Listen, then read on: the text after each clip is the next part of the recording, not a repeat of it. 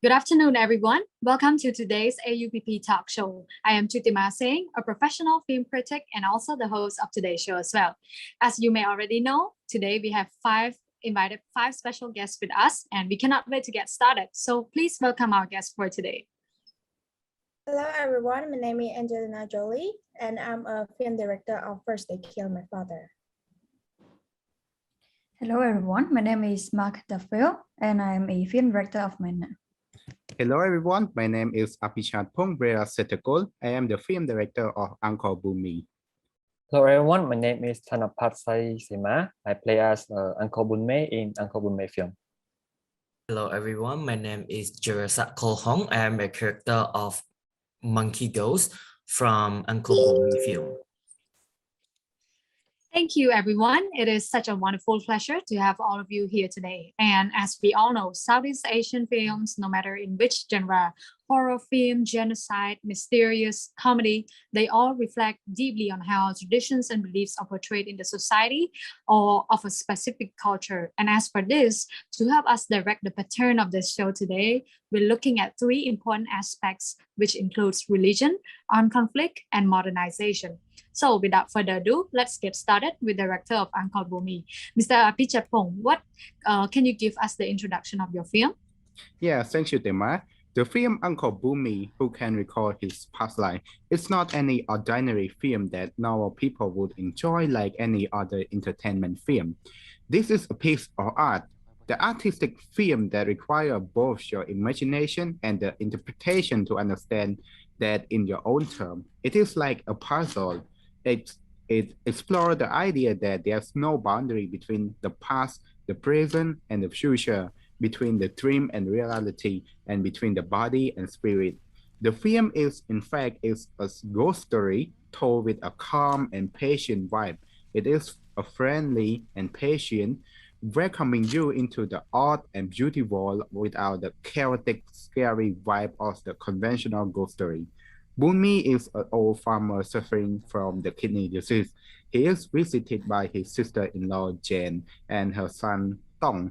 In his last day, Bunmi remote farm is haunted by ghosts of his own past, as well as the vision of alternate lives, both past and the future. Yes, thank you for sharing an interesting introduction. So, as we all know, religions are believed to be one of the most powerful and influential factors that shape the cultures, the traditions, and what we believe in and diversify our values. And especially in Buddhism, which is one of the largest religions in the world, Buddhists believe that our human lives are one of suffering and what comes around goes around. This is why Buddha advises people to do good deeds as much as they can so that they will receive good things back in return for their life.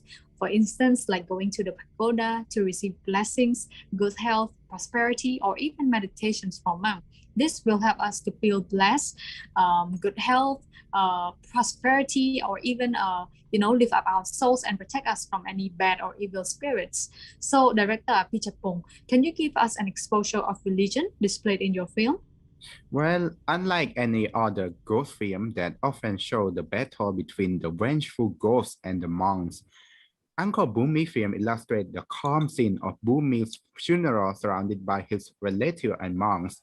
The atmosphere is very calm and the monk perform the Buddhism ceremony that sent his spirit to reincarnate in his new life journey. This is also show how our traditional ceremony perform when people die, and most of our people believe in Buddhism still perform this ceremony till the present day. There is also a scene where Tong become the monk after Bumi died. This is actually one of our traditional practice called Bu Song Kun. This traditional in the Buddhist religion, it is believed that being a monk for 7 days is obligation or the man as a gesture of thankfulness to our parent. And we often see that men often perform this ceremony after his parent die in order to send all the prayer to his parent during their reincarnation journey. Anyway, Sema, how do you think about the monastic role in the movie? Regarding the monastic life, especially in Buddhist countries, monks are only allowed to go out usually between 7 a.m. and 9 a.m. Therefore, they are not permitted to go outside those hours unless there are invitations for events or so. However, at the end of the Uncle Bunmei film, Tong leaves the temple at night to visit his mom and her friends. And then he goes dining with her at a restaurant. First of all, it is against the monastic rules to go out at night. Secondly, the monks are not allowed to come close in contact to women bodies, including your parent as well. At last, it's also against the rule to eat after noon or after 12 p.m. So in my perspective, Tong is not a righteous monk as he breaks a lot of monastic rules for his own comfortability. Well, that's a very interesting perspective, Sema. How about Mark? What do you think is one of the most important religious aspects that was displayed in the film? Well, in my movie, we can see that a monk is someone that everyone is respecting. Their job is to pray or teach everyone about morals and meditation. On top of that, they could cast away the bad spirit or ghost and put one's soul to rest peacefully or send them to reincarnation. For instance, in my movie, there is a scene where the villagers invite monks to stop Maina from hurting the villagers. In the end, after meeting for the final time with her husband, she can finally rest in peace and disappear from the human world. What about you, Angelina? The film First They Kill My Father depicts the life of Cambodian during Khmer Rouge, include traditions, culture, and religions. The film depicts the state of Buddhism religions as portrayed by monks. At the beginning of the film, before the country became disaster, monks can be seen going from house to house looking for food and money. Cambodians believe that the food and money they give to the monk will eventually go to their dead family members. Other scenes in which monks can be seen is when people, including monks, were forced to leave their homes and pagoda in the city moved to rural areas. Because Khmer Rouge believed that people shouldn't show respect for monks or religions. As a result, monks were forced to work in agriculture alongside everyone else. At the end of the movie, the real character Luong went to the temple and let the monk bless her dead parents for a better life. And one point that I would like to add is the color of the attire or the vestment. The religious dress can be comprised of ties for covering from symbolic vestment to tattooing, body painting, or scarifications to identify themselves as a part of religion. And for example, in Islam or Judaism, followers would wear white attire during a ritual or inside a place of worship. And when foreigners see those attire, they are immediately able to distinguish the religion across the world. And while for Southeast Asia, Buddhism is one of the major religions. And one of the main signs of the identification is the tonsure, the singing bowl with the monk's robe. And we usually see them all together when the monks are wandering around the street, asking for food offering, which in return they give for chanting. And those attire have two colors, which are brown and orange. The brown robes are usually dyed from using natural items like leaves and tree barks. And those brown robes are often worn by the forest monks since they don't have much access to modern dyes. While the orange robes are usually dyed from using chemicals, and they are worn by the monks that live in towns or cities. And in the movie, we see that most of the monks wear orange ones, which indicates that they are most likely come from the cities or towns rather than from secluded areas. Yes, thank you, Sima. And in this context, all films truly represent and reflect of religion, a sense of traditional values and beliefs in different societies and an identity of Southeast Asian symbolic attires or principle. And as I watch all of your movies, Muslim monks were treated highly with respect and value to the society and religion. Monks are like a representation of Buddha that teaches us to do good things in life, build good morality in society, and respect others. Like in the Ghost of Minot film, monks were considered or prized as respectful and powerful beings to give us blessing, perform rituals, and protect us from ghosts or any devil spirits. However, the First They Kill My Father film shows a very different side of how religion was destitute and brutalized. It looks like during the power of Khmer Rouge regime, not only monks were disregarded in the agriculture field, they were instead treated and called as useless parasites or leeching off the blood of people for their own convenience. Even more than that, in the movie also showed that an atheist-like leader of the Khmer Rouge regime has shamefully neglected the value of a religion by converting pagodas into a prison. There were even statues of Buddha shot in the eyes, representing the violence and disagreement towards the religion. You know, as a person who believes in Buddhism myself, and hearing about this issue touched me deeply on how those leaders use their power in an act to do like unrighteous and undescribable way to treat something like that to people that very respect highly. And on the other hand, I really enjoyed the Uncle Bumi film. The Mu Song Kun scene shows a deed that a son or a man must be obligated to be monks at least once or twice in their lifetime to repay for their parents' favor. I really appreciate how director Apichapong can incorporate an important part of Theravada Buddhism into this film. However, I was a little bit confused about what Uncle Bumi mentioned earlier too, like as to why monks in the after scenario depicts a different attitude of what a monk should be like, where he dressed as a monk to Mu Song Kun, and then he turns his duty in the temple to see his family and change his robe to go to the karaoke bar instead, which massively show and neglect the violation of Buddhism monastic rules. And this just reminds me of one of the particular news in Cambodia about monk neglecting the monastic rules and deciding to violate the law of ethics about his love affair, which embarrassed the religion because of the irresponsible and ignorant actions that he caused. However, as Buddhism tradition sayings goes, an action that is driven by intention leads to the future consequences, which is karma. Well, since you mentioned it, there are also beliefs and karma in my movie as well. You can see that the villagers believe in many things such as ghosts, spirits. Doing good deeds will lead to good consequences, and doing bad things will lead to bad karma. For example, a group of guys that took the baby out of Maina when she was dead died at the end because of their bad action that leads them to bad karma. What do you think about it, Mr. Apichapong? Yes, indeed, Marx. Actually, in my film, there is also the illustration concept of karma as well. One of Bumi's regrets is his time spent as a soldier, violently suppressing communists for the government. He said that he believed his illness is the payback karma for all the men he killed during the time he worked for the government against communist rebellion.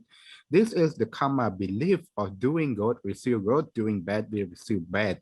And we can see this type of belief all across the Southeast Asia country, especially country that believes in Buddhism religious.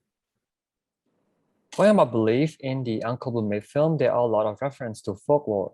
One of the scenes that I noticed is the princess and the catfish scene. When the princess looks into the lake, she sees herself in a younger form from the reflection.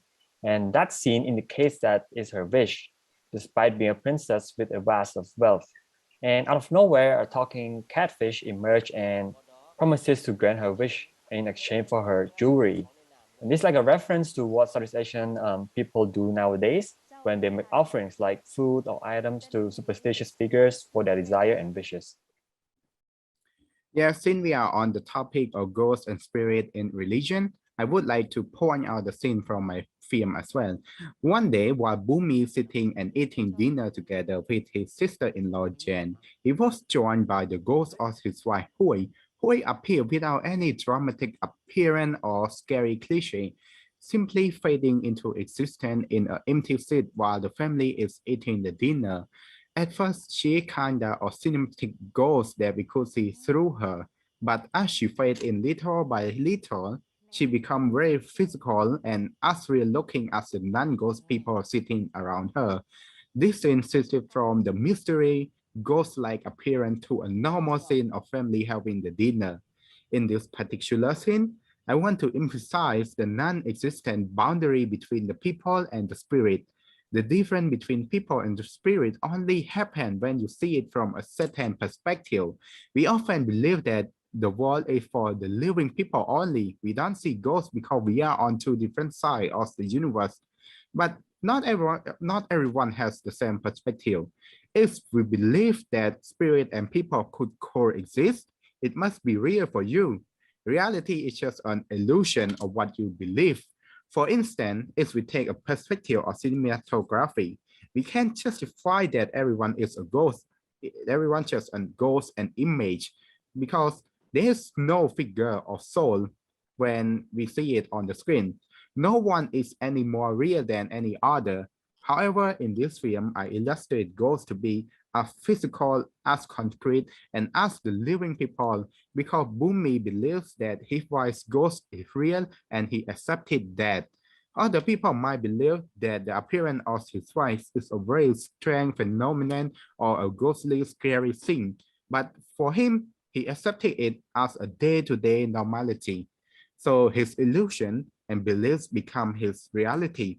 And that is how spirit and human could coexist with each other. But hey, as I told you in the beginning, this film is a puzzle. This is just my suggestion for the explanation. You and the audience might have a different understanding from what I suggest. This is the beauty of this artistic film. I totally agree with the directors. His perceptions also applies to the characters, the monkey ghost as well. So when the monkey ghost first appears in the introduction of the film, we can only see his eyes brightly shines, and we cannot fully perceive his figures from the dark backgrounds. And I believe that director does not want to reveal his appearance at first. So the viewers may think that they are watching a normal horror film. Until the dinner scenes, the family dinner scenes, the monkey ghost shows the rest of his body when he steps into the lights. And this is the same as the Burmese wife, where she materialized her spirit body into a concrete or real body, which later the family accepted the situations and carry on eating dinner like a normal family dinner. So overall, I think in the dinner scenes, Bonmei is not afraid of his wife, ghost, or his son's appearance because of the reunions, emotions, or the happiness that overtakes the fear of superstition. I couldn't agree more. As the character of the monkey ghost myself, I think based on the appearance of it, if I were to appear myself to normal people, they would freak out and run already. But in this scene, is totally normal, as if that I am a normal person. Well, I find that very fascinating. As a fan of Uncle Bumi movie myself, I feel that director Apichatpong has that quality of work that cannot be mistaken. And I hope I don't interpret this wrong, but this is what I think. Because normally when we think about a horror ghost or a ghost movie, mainly we think that it's scary, it's frightening, and it's shocking to watch. We just feel scared. Even in real life, when we see a ghost, we would freak out or panic. However, as I was watching the movie, I did not feel like I'm scared or afraid of the ghost at all, which I find very interesting and mysterious at the same time. I think maybe the director wanted to show us that the ghost story is not always scary, and he also implied that those with animals, that humans can also live and communicate with ghosts without being scared, and those that with animals can also come to life with humans as well. But at the same time, a representation of ghosts also means to characterize and illustrate a belief of culture in many different ways. So, Mark, there were many scenes related to spirits in the Ghost of Minot film. Can you share with us about the perception of spirits in this context? Well, in Minot's movie, the body spirit appears in the form of a ghost throughout the movie. You can see the ghost of Minot hunting everyone in the village, especially the group of people who took the baby from her stomach when she died, because they believe that making the baby into Toyo will protect them from the bad spirit. So that is how I think about the body spirit in Minot's movie. Does anybody else have any opinion about the body spirit? Yes, I would like to also add that I remember there was one scene that really gives me the chills and goosebumps just watching and thinking about it. You know, the love potion that was meant for the main character named Nat was actually turned out to be a potion of the devil or spirit inside a glass instead. And that time, the potion was thrown to another lady instead. And after that, the lady started acting weird and dancing around people in town. And we can see that that girl was completely possessed by a strange spirit in her body. However, sadly, in the end, she passed away after her dream about the ghost and she suddenly woke up crazy. I really wish that innocent girl was alive. But yes, that also shows the power of those evil spirits can kill us. And maybe this is why we are afraid of them. Well, beside the topic and the concept of ghost and spirit and the exploration of deep nature of northeastern Thailand, I would like also to mention an interesting about my film. The concept of dream and reality, past and present and future to coexist without separation is the most interesting part of the film. In the film, we can see that there are many past lives of Bumi, such as the buffalo, the princess lives, and the future of him being touched by the soldier. This emphasizes the fact that even though he lived in the present day, but the past and the future can happen at the same time. His dream about the future might be the reality that is also currently happening parallel with his life at Bumi. So his dream is the reality, but it is in an alternative universe. It is not the hallucination, but the reality. His past life may not be the past, as is also happening at the same time as his current life. What we understand concept about the time is all wrong. Does the past, present, and the future really exist?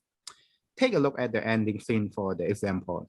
After Bumi's funeral has already taken place, his sister-in-law and her daughter are looking through the condolence gift from the funeral when Deep Shu Tong come to their room in his saffron monk robes. He takes a shower and suggests that they get something to eat. After Tong walks out of the shower, he can see three of them, including himself, sit down on the bed to watch the TV. At this point, Jen and Tong go out anyway for a meal at karaoke bar, leaving three of their body in the hotel room behind them. But somehow, they are still going out at the same time. This is a really beautiful ending where we explore the concept of past and present, the dream and reality, and body and spirit. It's the ending about the concept that spirit leaving the body at the hotel so they could go out or vice versa. Or does that scene significant the concept that Jen and Tong go out for a meal is just a dream while the reality is that all of them still remain in the room, or is vice versa? Or maybe this scene explores the idea that the past, the present, and the future are happening at the same time and overlap each other. Is Tong walking out of the shower? Is his present seeing three of them watching the new in the future that will happen? Or is it the past that already happening? Is this similar to the concept of time machine that we saw all across the popular film that we can visit ourselves through the time machine by jumping back to the past or future? But here in the film, past and present and future are happening at the same time. So Tong can see both past and future while he is in the present. I will let you be the judge of that. You can use your imagination and deep understanding to come up with your own interpretation concept of the artistic movie. Well, dream also occurs in the character Luong for the movie First They Kill My Father. Luong get to eat very little in the film because this is how much food Angka provide. She would also be punished or executed if she were caught eating more or stealing food. As a result, Luong was very hungry, which caused her to have a dream. She had a dream in which she was presenting a lot of food to the god during Khmer New Year. And Luong, without hesitation, began eating the food in her dream. Well, thank you so much, Angelina and director Abhijit Pong, for very insightful information about your film. So moving on to another concept is armed conflict. Armed conflict is an opposing incompatibility that concerns the government territories where there is fight or use of armed forces and violence between the government, organized armed groups, or the states, which resulted in at least 25 battle-related deaths in just one calendar year.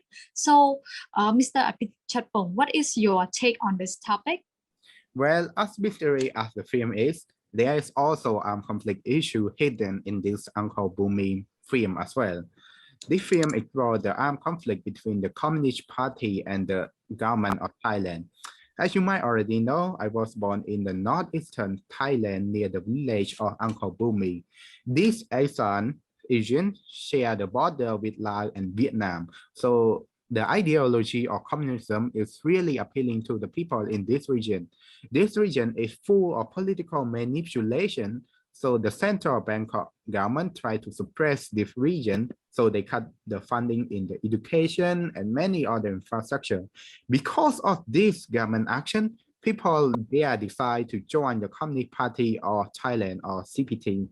The ASEAN region in the 1960s and the 1970s became a place where that was perceived by the central Thai government to be a breeding ground for communism, resulting in a brutal crackdown on many of people living there who were suspected of joining the CPT. This event is not the central point focus in Uncle Bumi, but it is briefly referenced as Bumi talked about his kidney disease as a karma payment for killing too many communists for the Thailand government. Furthermore, before Bumi died in the tale that represents the birthplace and the womb, Bumi described the dream or a future vision. His words accompanied by the strange still image of soldier capturing the leashing monkey ghost, and the citizen apparently rioting angrily, throwing the rock at the soldier. And Bumi vision described as an authoritarian future which the past can be erased by the government. Those who maintain the connection or know about the past are hunted and captured and then made to disappear. It is an obvious metaphor for the governmental brainwashing and manipulation of various tragedy and atrocities, such as erasing whole culture and group like the Laotian, like the monkey ghosts who may represent the minor ethnicity or culture that can be made to be disappear by using the military force. This is the satire of the current Thailand military government. We can also see the video of Thailand military operation on the TV screen during the ending screen as well. Well, in my movie, we also show a little bit of armed conflict too. That the scene is when Ma, who is the husband of Na, was conscripted and sent to war. Then he was seriously wounded and got sent back to his hometown. And in the film final scene of First They Kill My Father, we see a conflict between Khmer Rouge and Vietnamese soldiers. The conflict was intended to break free Cambodian under Pol Pot control. The scene depicts a battle between two groups, which result in a large number of dead soldiers and innocent Cambodians.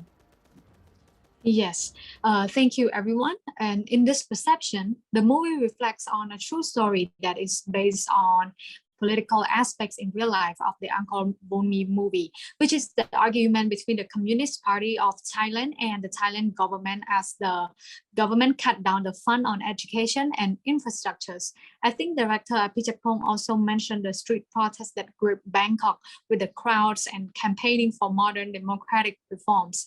And one of their actions was to draw their own blood, mix it together and dub the minister's gate with it.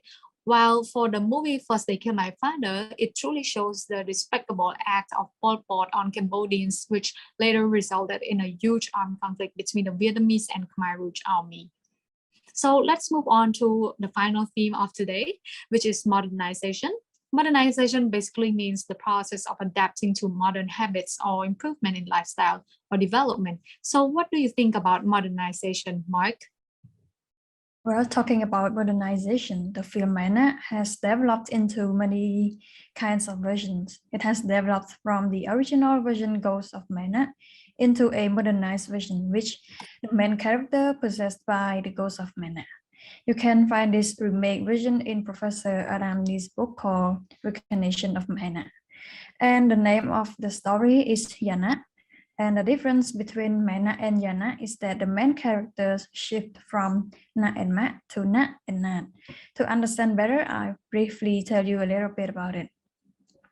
So the film's timeline was set in the modern contemporary world with the concept of filming within film, which means that they are shooting a film inside of Yana movie. So Nat is a mentally unstable woman who was picked by the director to film a new version of Ghost of Mana, and Ma is her co-star. I think now you should be understood why I said Mana has modernized, because they developed from the original story, which Mana is the ghost that haunted people and waiting for her husband, to another version, which in the modern society, which the new main character was possessed by the ghost of Mana and killed every film crew members. And about the modernizations, the first scene of film First They Kill My Father portrayed the lifestyle of Cambodian in 1975, with plants, car, and motorcycle visible. These accessories were extremely rare at the time, unless you were extremely wealthy or from a high status family. We can also see that the Luong family is very modern. For example, their hairstyle, the way they dress, their makeup, their house with expensive design and furniture, usable accessories such as a guitar, typewriter, TV, radio, and a speaker. Especially, we also have the digital camera, table phone, and having dinner with red wine. That is fascinating to see such an abrupt transition, and especially from a region to a region, Angelina. So how about Golhong?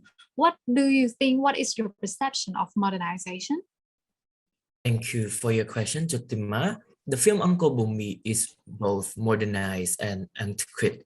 We could see several modern objects being materialized in the film. Most of the part of the film portray an atmosphere of the rural countryside vibe.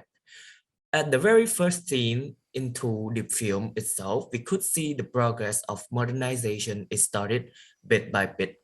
It is shifting from a scene where a man in the wood wearing traditional clothing from another era, which I believe is from the past, followed by a buffalo, which I assume is his way of transporting from places to places, into more modern era where clothing of Bumi, Jen, and Tong are more fashionable in that period of time, and they use car for as their transportation. As they arrived at their house, we could see that it start to shift back a little bit to a bit old-fashioned. Their house, their environment seem not really modern at all. They're still using mosquito netting, old teapot and chair, which we rarely see in today modern day.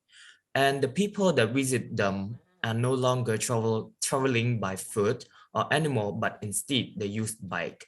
We could also see electricity is also available in the film from almost every scene. There's a light available for them even though they're in a rural area, and their dinner table is brightened by light, even though in the dinner table scene, when everyone have to turn off the light to make sure that Hui the ghost and the monkey ghost could see better.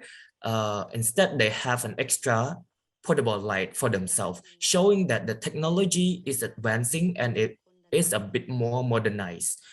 In the exact same scene, Bun Song, my character, also explained the journey where he figured out that he had captured a mysterious creature by a camera in his dark room. Then he went off to find it and eventually becoming a monkey ghost. We could also see another other electronic device in the film as well, such as a Bugs water racket that Jen used, and also televisions. As the movie progressed, the scenes start to take place in urban area instead. We could see that the funeral ceremony is performed by a city or town monk, just like Sema have mentioned above. Then is followed up by Tong visit Jen at the hotel and going to the karaoke bar together in the city. Despite the fact that the timeline of the film is in the modern world, but we can also see that the historical belief is also portrayed in the film. The concept of past, present, and future of Bunny character reflected that is even we are living in the modern world, the technology is advancing and everything, but our beliefs in traditional and custom are not really changing that much at all. We all are still practicing what have been passed down from our ancestor. Even some of them could not even explain by science and technology. Yes, thank you. Despite the past and future reference in Uncle Boomy film, I noticed some modernizations like vehicle development, and in the princess scene, it shows that the princess is riding on a carriage which is carried by the soldiers, and then after the time skip later, we can see that the actors are driving in a truck, which is a huge development in terms of modernization. Moreover, at the end of the movie, there are many technological developments like TV, electrical devices that didn't exist in the past as well. So this is the end of our session today. Thank you all for joining with us today and sharing your valuable time and insightful thought with us. So this is the end. Thank you. Goodbye. Goodbye. Bye.